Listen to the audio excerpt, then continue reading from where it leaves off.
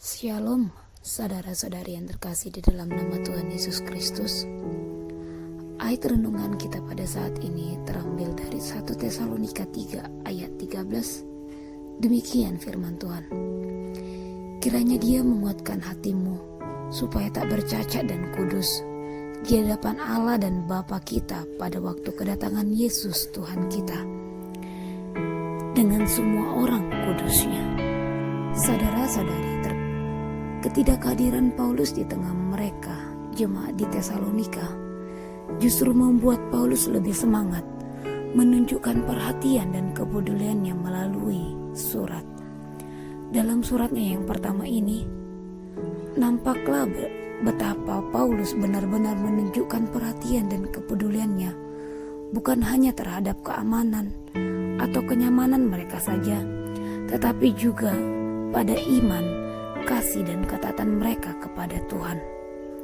Ini berarti pengharapan akan kedatangan Yesus Kristus kembali ke dunia ini dilihat sebagai suatu masa yang berharga dan sangat berharga bagi jemaat dan orang percaya yang menjadi peluang dan kesempatan emas untuk memenangkan jiwa-jiwa, meningkatkan motivasi dan semangat menginjili dan memberitakan firman Tuhan. Bahkan dalam dorongan atau motivasi untuk hidup kudus atau hidup dalam kekudusan. Saudara-saudari yang terkasih di dalam nama Tuhan Yesus Kristus, itulah sebabnya naskah renungan ini merupakan bagian dari harapan dan doa Paulus terhadap jemaat di Tesalonika, yaitu yang dituliskannya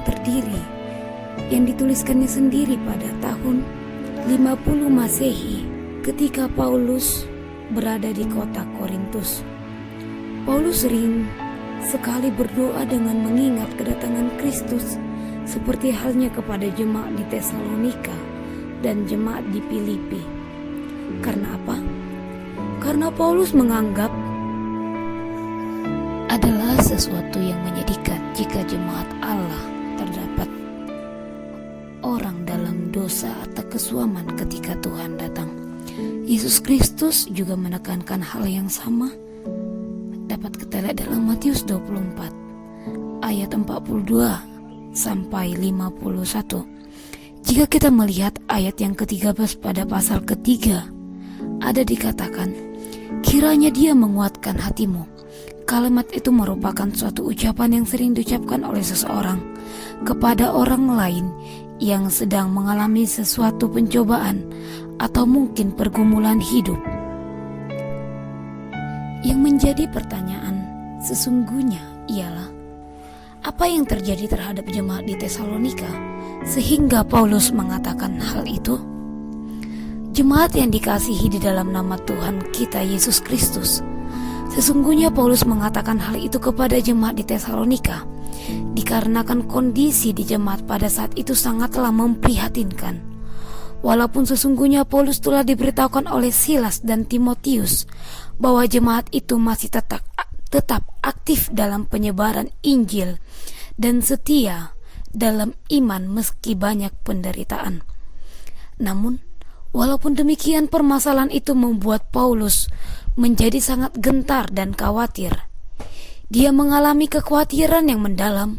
Dia juga takut suatu ketika iman jemaat itu bisa berbalik dari Yesus Kristus, sehingga Paulus merasa perlu untuk menyampaikan harapan dan doa kepada Tuhan terhadap jemaat itu dengan berkata, kiranya Dia menguatkan hatimu. Selanjutnya Paulus mengatakan, supaya tak bercacat dan kudus. Kata tak bercacat dalam Kamus Besar Bahasa Indonesia dikatakan tidak kekurangan sesuatu apapun yang bisa menyebabkan nilai atau mutunya kurang baik atau kurang sempurna.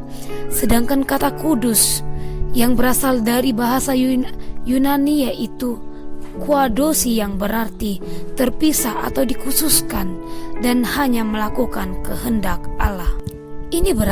Ini berarti Paulus berharap dan berdoa agar jemaat di Tesalonika tetap teguh dalam imannya dan melakukan apa yang baik di hadapan Allah, sehingga jemaat itu tidak kekurangan sesuatu apapun yang bisa menyebabkan nilai atau mutunya kurang baik atau kurang sempurna di hadapan Allah, dan agar jemaat hidup secara terpisah dari pola-pola kehidupan orang lain yang tidak sejalan dengan kehendak Tuhan, atau disebut hidup suci dan bersih di hadapan Allah dan Bapa kita pada waktu kedatangan Yesus Kristus Tuhan kita dengan semua orang kudusnya, atau yang sering disebut kedatangan yang kedua, yang digunakan untuk menunjukkan ke masa depan saat Kristus datang kembali untuk menghakimi manusia dan merampungkan kerajaan Allah.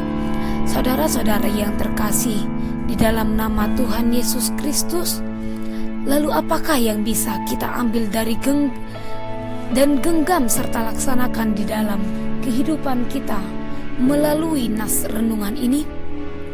Ialah, hendaklah kita seperti Paulus yang rela berjuang dan memiliki kesadaran bahwa hanya Tuhan yang mampu memberi kekuatan kepada jemaat di Tesalonika.